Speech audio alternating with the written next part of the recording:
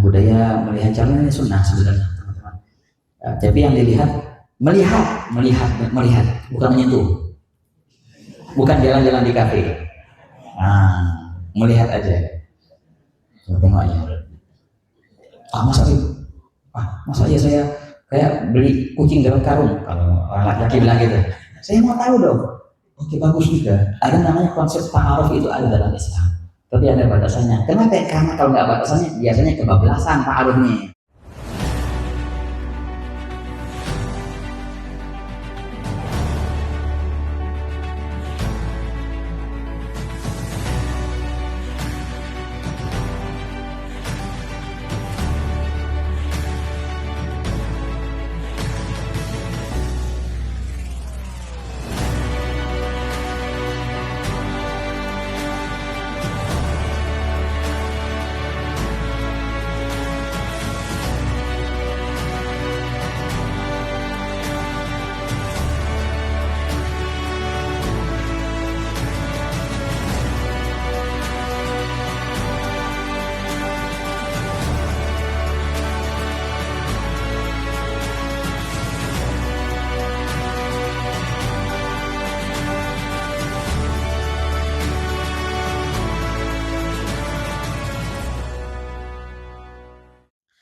Sekarang syarat-syarat nikah. Sebenarnya gini teman-teman ya. Yang 5 ini sebenarnya itu setiap rukun-rukun itu ada syarat-syarat semuanya. Tapi kita nggak bahas semua itu lah. Kita akan bahas cuma sebagian aja. Nah, suami dan istri banyak syarat menjadi suami dan banyak syarat menjadi istri. Tapi kita ambil yang menjadi pokok utamanya. Menjadi suami yang sah untuk suami disyaratkan nomor 1, lelakinya tulen. Maksudnya apa? Identitasnya jelas. Maksudnya apa? Ini laki-laki kan? Ya laki-laki. Oh bisa kau jadi suami. Loh maksudnya gimana? Ya perempuan nggak bisa jadi suami, nggak bisa nikah satu jenis, ya kan? Ataupun orangnya masih remang-remang, masih abu-abu. Ini laki ini perempuan nih, nggak tahu. Dia punya 2 alatnya. Alat perempuan ada, alat laki ada. Itu nggak bisa jadi suami. Soalnya kalau ada kasus itu, insya Allah nggak ada. Soalnya masalah ada. Jadi suami itu harus laki-laki. Baik. Yang kedua, harus diketahui namanya atau sosoknya secara spesifik oleh wali. Si wali mau nikahin siapa? Orang tua perempuan ini ada banyak laki-laki depannya. Dia nikahkan anaknya. Aku nikahkan salah satu dari kalian dengan anakku. Siapa? Terserah siapa aja. Nggak bisa. Kau pilih dulu siapa yang mau jadi mantu tuh. Fulan jadi mantu. Oh silahkan. Zawajtuka, aku menikahkanmu dengan anakku. Wahai fulan bin fulan. Nggak harus nyebut nama sebenarnya dalam akad ya, tapi harus jelas orang ini orangnya nih. Tapi kalau seandainya laki-laki yang mau jadi suami itu masih belum tentu, belum jelas, si wali main nikahin aja, saya akan nikahkan ada 2 orang depannya, saya nikahkan satu dari kalian dengan anakku, gue itu nggak bisa. Itu harus jelas dulu siapa yang jadi suaminya. Nomor 2. Yang ketiga, tidak dipaksa dengan ancaman yang nyata. Nah kalau dipaksa ya sama juga nggak sah nikahnya ya. Tapi dipaksa bisa dengan ancaman yang nyata. Nggak tahu ya, kalau seandainya ada paksaan dalam nikah, gitu. Kalau dipaksa, kau harus nikah dengan anakku. Kalau nggak aku bunuh kau. Gemeteran si laki-laki, ya sudah, gue itu deh. Nggak sah itu tetap. Kalau dia kayak gitu, keenakan malahan si lakinya. Dipaksa nikah, enak banget. Kalau seandainya ada dipaksa, si laki nggak mau nikah, nggak sah tuh. Nikah dengan paksaan tidak sah. Tapi paksaan yang mana? Paksaan yang membuat nikah tidak sah, paksaan yang nyawa, gitu, yang berdampak atas nyawa atau harta. Kalau nikah dengan anakku, kalau enggak harta mau aku habisin, nyawa mau aku habisin, tangan mau aku potong, itu sah. Tapi kalau cuma paksaan-paksaan yang nggak berdampak negatif sama sekali, cuma canda gurau, itu bukan masuk dalam kategori paksaan yang menghalangi keabsahan nikah, gitu ya Pak. Soalnya Muhammad saya. Yang keempat, bukan mahram, artinya halal untuk dinikahi. Wajib dipastikan jika ada keraguan nasab keluarga antara keduanya. Jadi ini si laki-laki sama perempuan, si A sama si B, A si laki, si B si perempuan. Adakah di antaranya sisi nasab, apakah mereka kakak adik atau bibi sama ponakan? Oh enggak, oke siap.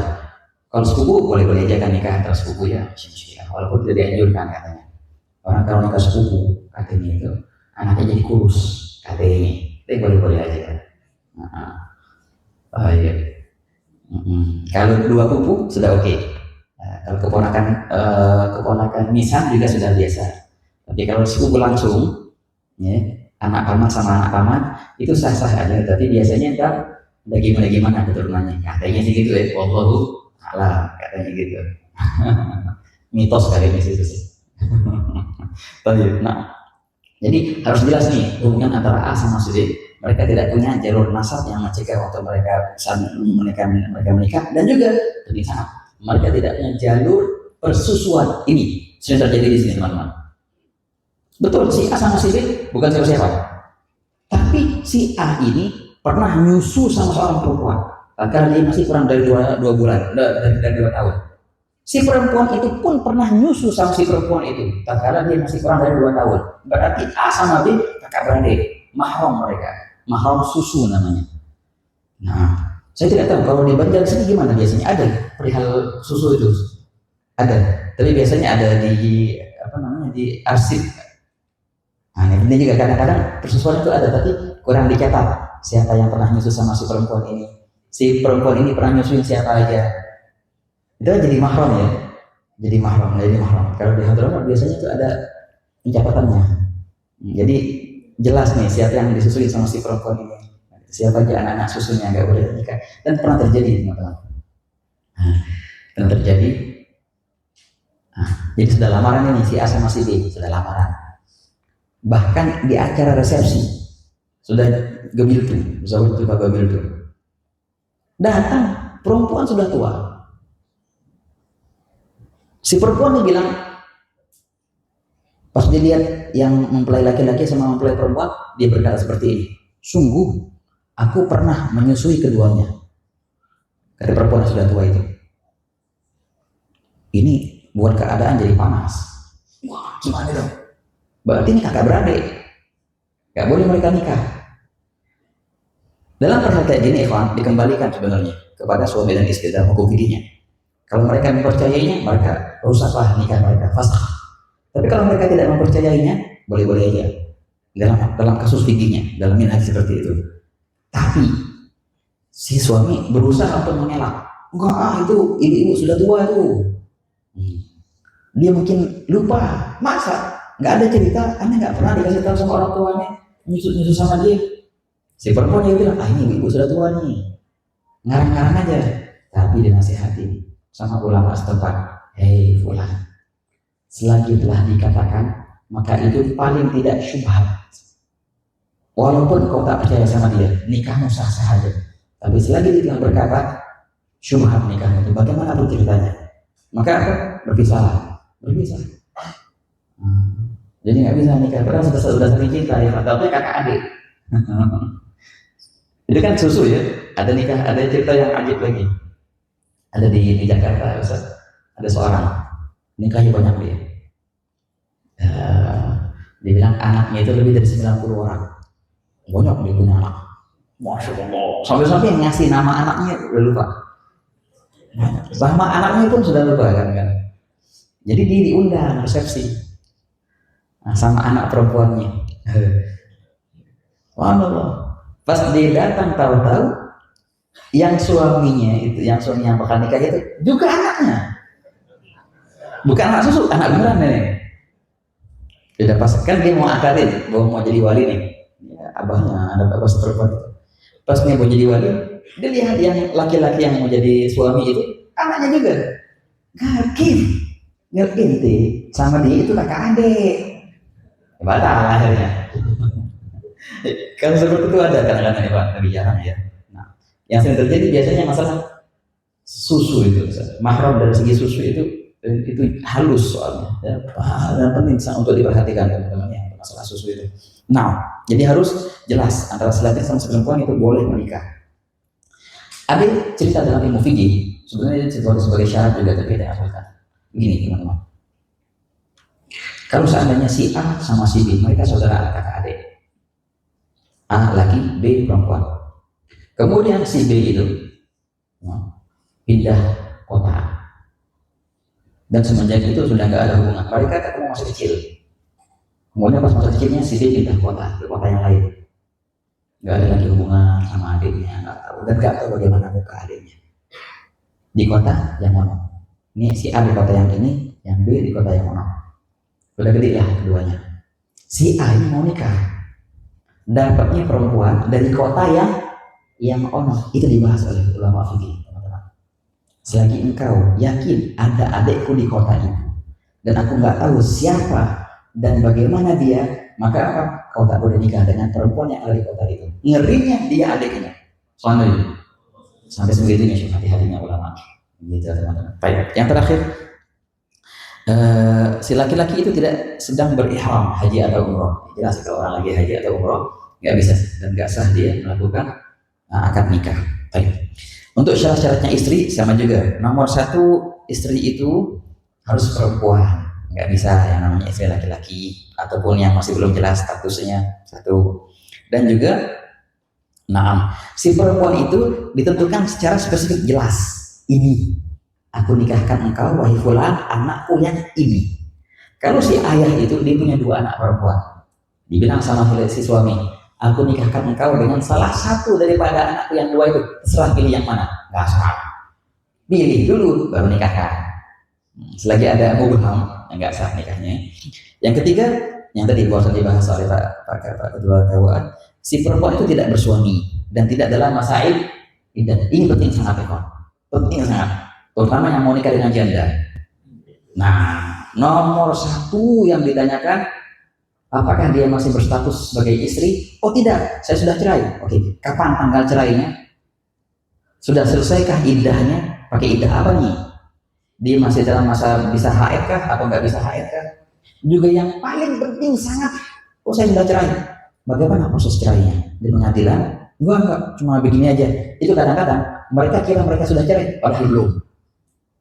Ketika si suami bilang, ayo, kita pisah aja. Tapi pisah itu bagaimana? Hukum fikihnya bagaimana? Si suami niat nggak dia untuk menceraikan? Udahlah, pulang kau ke rumahmu. Jatuh talak seperti itu. Dan banyak teman-teman kasus yang kita tangani, mereka mengira mereka sudah berpisah. Beb, tolongin beb, ini sudah ketiga kali beb.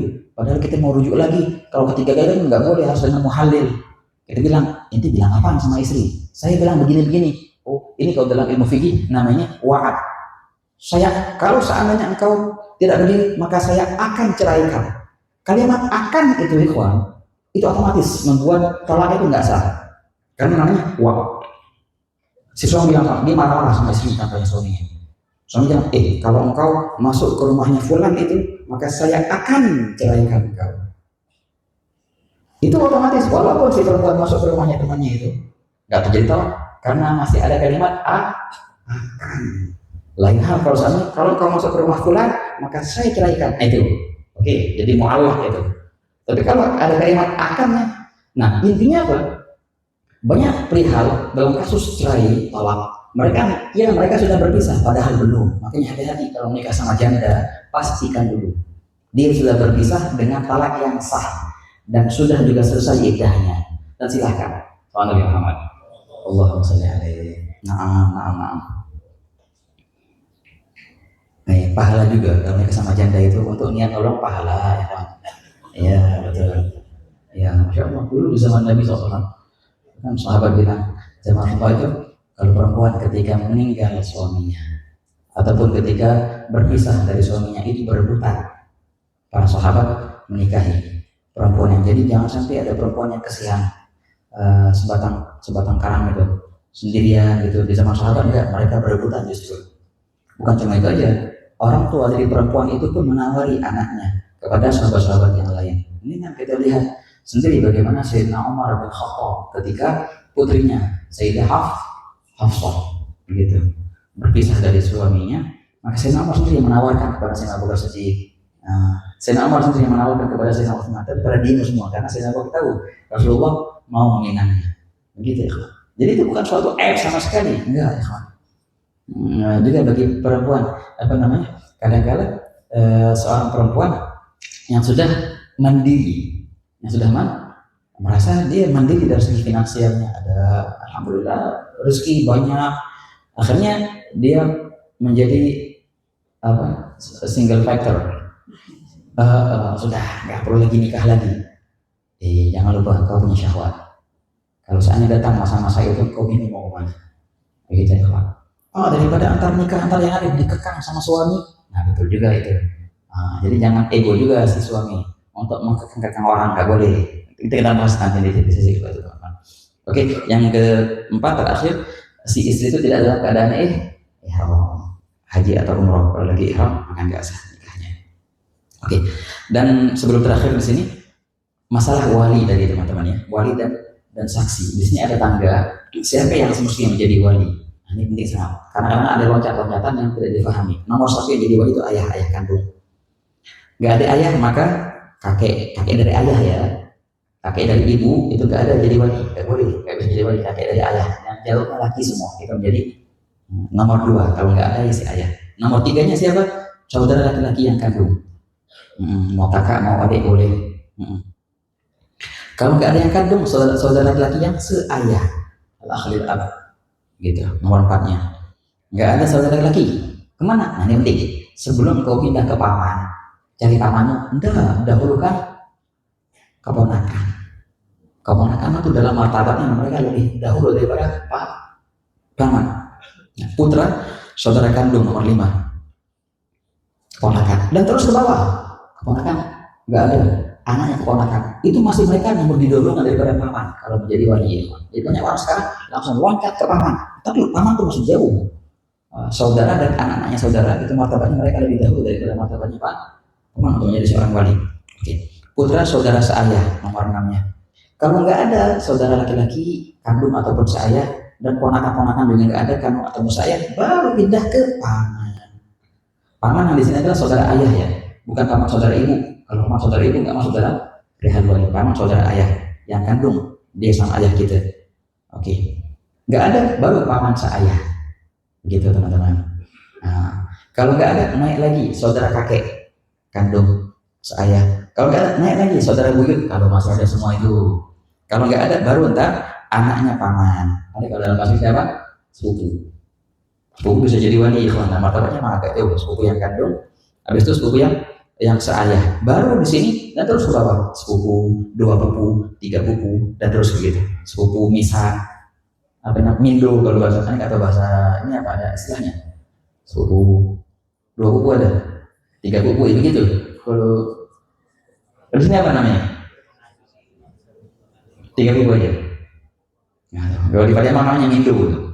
Mindo itu 2 pupu itu ada istilahnya. Jadi mereka juga bisa jadi ini, jadi wali bila mana yang nggak harusnya nggak ada.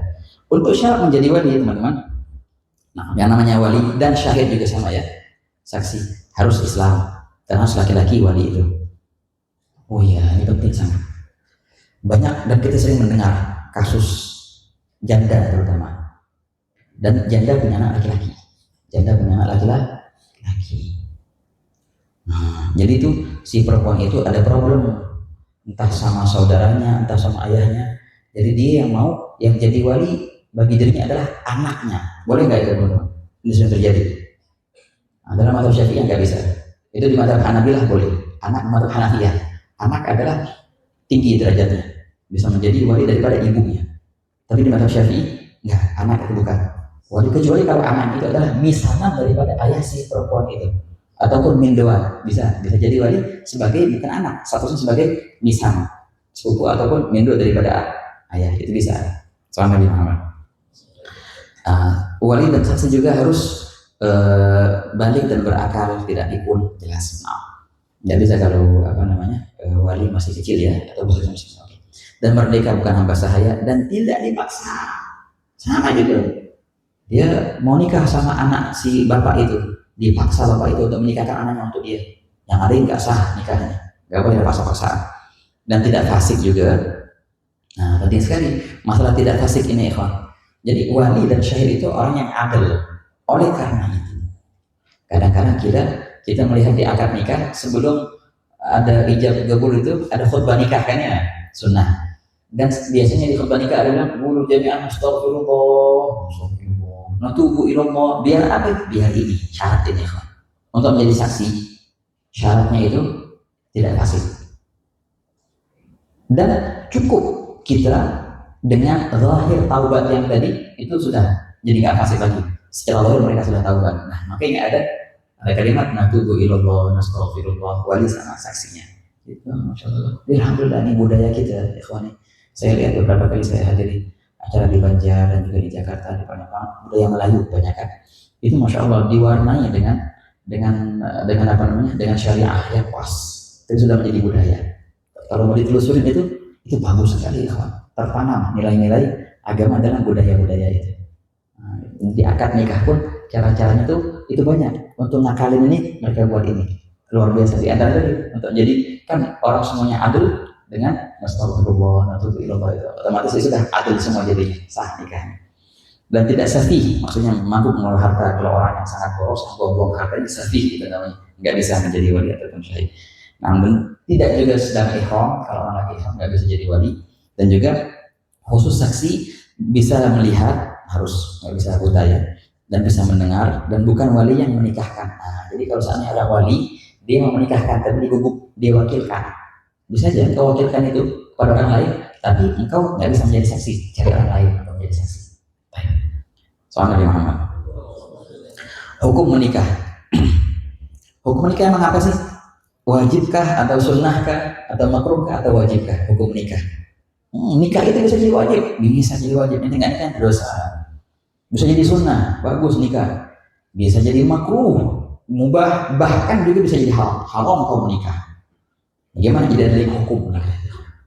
Nah ini coba sedikit ini ya, sedikit fokus. Di sini ada garis. Nah, ini garis saya kasih tanda tidak ada keinginan. Jadi sini ini tidak ada dan ini ada.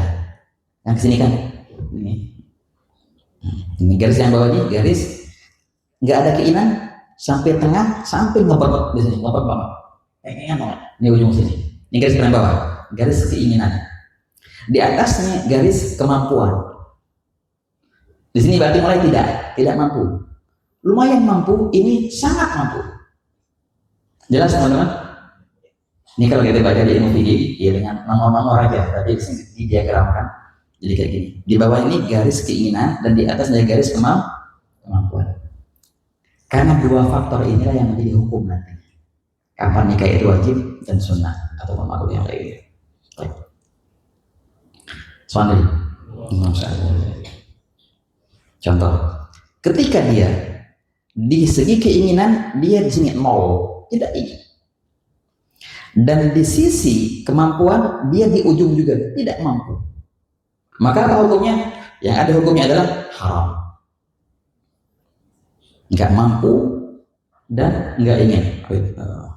Nah, di sini mungkin letak haram, di sini tempatnya di ujung sini dan paling atas di sini, yang tidak mampu menunaikan hak rumah tangga ataupun dia berniat zalim atau poligami tanpa kemampuan berbuat adil. Nah, sama juga keinginannya nggak ada, nah dan juga kemampuan tidak ada, maka hukumnya haram. Makruh di bawah sini, bukan di atas. Dia keinginan tidak ada, tapi dia lumayan untuk kemampuan, dia bukan di ujung banget. Nah, dia nggak pengen nikah, dipaksa. Tapi mampu, ada kemampuan, hukumnya mampu. Gitu kalau kau menikah. Ayo. Mubah di tengah-tengah. Keinginan ya setengah-setengah, kemampuan juga ada setengah-setengah.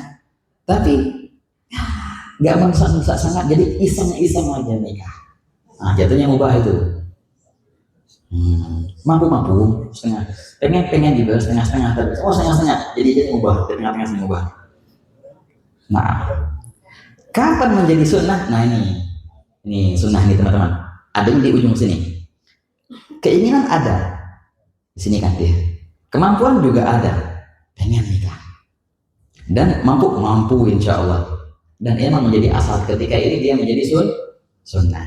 Yang wajibnya di atas ini, Pak. Saya tahu di atas ini kenapa? Dia punya keinginan mentok sampai atas, sangat pengen ngebet maksudnya. Dalam garis atas ini kekhawatiran besar ancaman zina, makanya paling atas dia kalau nggak nikah bakal zina, begitu. Dan mampu sangat. Ketika ini wajib kau nikah. Orang yang mampu sangat dan pengen nikah, kalau nggak nikah bisa zina, jatuhnya nikahnya wajib. Nah ini mungkin sebagian hukum-hukum dalam Nikah, coba apa, lihat dua garis yang bawah ini, garis kemampuan dan garis keinginan. Yang nggak mampu dan nggak pengen, itu bisa menjadi haram. Nah, ataupun makruh, tergantung ya. Nah, tergantung. Kalau dia haramnya pengen dia yakin dan nggak bakal bisa menunaikan hak, berarti bisa jadi haram. Kalau insya Allah bisa jadi nggak pengen, makruh ya. Kalau mbak lagi tengah-tengah itu semua. Kalau sunnah dia mampu dan juga pengen, ya, asalnya sunnah. Tapi kalau sunnah keinginannya sudah melampaui batas, takut wajib, takut zina, maka jadi wajib. Nah, ini teman-teman, garis waktu sunnah dan anatomi mahar sedikit. Yang namanya nikah itu sebelumnya akad segala macam disunahkan kita melihat calon, ya, melihat calon. Budaya melihat calon ini sunnah sebenarnya, teman-teman. Tapi yang dilihat melihat, bukan menyentuh, bukan jalan-jalan di kafe. Melihat aja, tengok aja. Masa ya saya kayak beli kucing dalam karung, kalau orang laki-laki bilang gitu. Saya mau tahu dong. Oke, bagus juga. Ada namanya konsep ta'aruf, itu ada dalam Islam. Tapi ada batasannya. Kenapa? Karena kalau nggak batasannya, biasanya kebablasan ta'arufnya. Sering terjadi, ikhwan. Dan mujarab. Ini terutama buat para jomblo nih, mujarab teman-teman. Engkau nikah dengan perempuan yang sudah engkau kenal, engkau ajak jalan-jalan, muter-muter kemana-mana, walaupun dengan batasan syar'i, kalau bahasa mereka nggak ada batasan syar'i itu. Enggak, itu rasanya nanti ketika engkau berumah tangga dijamin rasanya hambar. Rasanya apa? Hambar. Kata orang enak, mana enaknya biasanya? Ini karena engkau sudah duluan. Bukan dia mencicipi, belum dia mencicipi, alhamdulillah. Tapi sudah mulai jalan-jalan itu, sudah melampaui batas sebenarnya kan ya. Yang mana Islam hanya mengizinkan untuk melihat saja. Agar apa Islam cuma membatasi untuk melihat saja, agar nanti kalau kau benar-benar nikah sama dia, kau merasakan enak nikah itu benar karena kau jaga. Tapi kalau kau sudah melampaui batas, ajak jalan-jalan keluar, bonceng di motor, dijamin nikahnya hambar. Dan sering terjadi orang beralasan ta'aruf itu justru mereka yang biasanya berpotensi untuk berpisah cepat talak. Gitu. Kita lihat sensus penelitian angka talak terbesar di mana dan di negara mana, dan di negara mana angka talaknya paling kecil. Itu ada datanya, Ikhwan. Ketika aneh nggak enak sebenarnya nyebutin nama negara, tapi nggak apa-apa dikit. Ketika Saudi mulai membuka ada yang namanya perempuan kerja atau itu ada yang namanya jalan-jalan, itu angka talaknya naik tinggi sangat. Dalam 5 tahun terakhir loncat itu angka talaknya. Padahal dahulu mereka sangat membatasi. Di Yaman justru sangat dibatasi. Kalau di Yaman mah kebablasan membatasinya. Kita ngelihat aja nggak boleh. Tapi ini negara itu dengan angka talak terendah sedunia. Padahal nggak ada namanya ta'aruf jalan-jalan. Melihat pun kadang-kadang tidak. Jadi artinya buat ta'aruf lah biar lebih kenal lagi. Justru itu potensi untuk engkau nggak lama hubungannya nanti. Alhamdulillah. Di Mesir juga kita lihat bagaimana mereka yang membebaskan hubungan itu biasanya hubungan rumah tangganya nggak lama. Alhamdulillah. Jadi sunnah kita melihat calon. Si laki-laki lihat perempuan, juga si perempuan melihat laki-laki. Yang laki-laki lihat perempuan batasannya wajah dan telapak tangan saja, berselang. Habis itu baru sudah melihat, baru lamaran. Jangan kebalik teman-teman. Ada orang lamaran dulu, baru lihat. Pas melihat dia kecewa, batal lamarannya. Makanya semestinya melihat dulu, baru ngelamar. Oke. Sudah lamaran selesai, oke, kita buat acara resepsi. Ada namanya khutbatul nikah. Yang tadi itu ada taubatnya segala macam. Baru ada akad nikah. Di nikah ini disebutkan mahar berapa di mahari kata. Apakah wajib disebutkan mahar dalam akad nikah? Jawabannya tidak wajib. Tapi memang wajib menyerahkan mahar itu. Kalau seandainya kau tak sebutkan nilai mahar dalam akadmu, otomatis maharnya menjadi apa? Namanya maharul mithl. Melihat saudara-saudara perempuan itu atau bibi-bibinya, berapa mahar mereka, engkau itu harus bayar seperti itu. Biasanya apa di sini? Sepakat salat. Iya, sepakat kalau salat biasanya Masya Allah. Alamiah itu berapa sih nominal mahar paling dikit? Nggak ada nominalnya. Berapa nominal mahar paling tinggi? Nggak ada. Silahkan, bebas mau nentuin. Tapi ingat, yang berkah itu adalah yang sederhana katanya. Ada orang tua nih, dinikahin anaknya dengan mahar yang sangat sederhana. Teman-teman si bapak itu bilang, kok ini nikahin anak? Kok murah banget? Ini nikahin anak, bukan ngejual anak. Orang banyak kan mahar, sekarang kan dijual, dimahal-mahalin. Padahal nggak ada ceritanya, mahal sama dengan orang.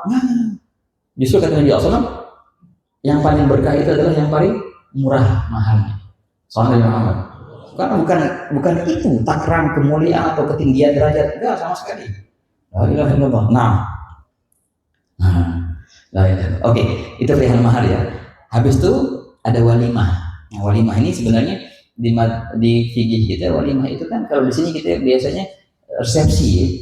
Nah, biasanya kalau dalam ilmu fikih itu resepsi itu namanya walimah itu setelah dukhul. Setelah malam pertama baru ada namanya walimah yang wajib dihadiri itu segala macam. Yang juga doa pertemuan didoakan pastinya wahai sahabat Nabi. Allahumma shalli wa sallim alaihi. Saya sebutkan di sini ya, kaidah namanya. Nah, menyebutkan mahar ketika akad tidak wajib, tapi kalau seandainya enggak disebutkan tetap sah, maka si suami wajib membayar mahar mithil, mahar kerabat-kerabat seperti yang kerabat-kerabatnya si perempuan itu. Nah, ini teman-teman ada masalah kesetimbangan hak dan kewajiban, ini saya mungkin akan bahas di sesi kedua aja, tinggal slide ini saja. Dan silahkan kalau ada question nanti, saya buka sesi question dulu sekarang sebelum kita close sesi pertama ini. Sudah waktu soalnya. Nah, nanti di sesi keduanya sebelum masuk sesi kedua kita akan bahas dulu masalah hak dan kewajiban.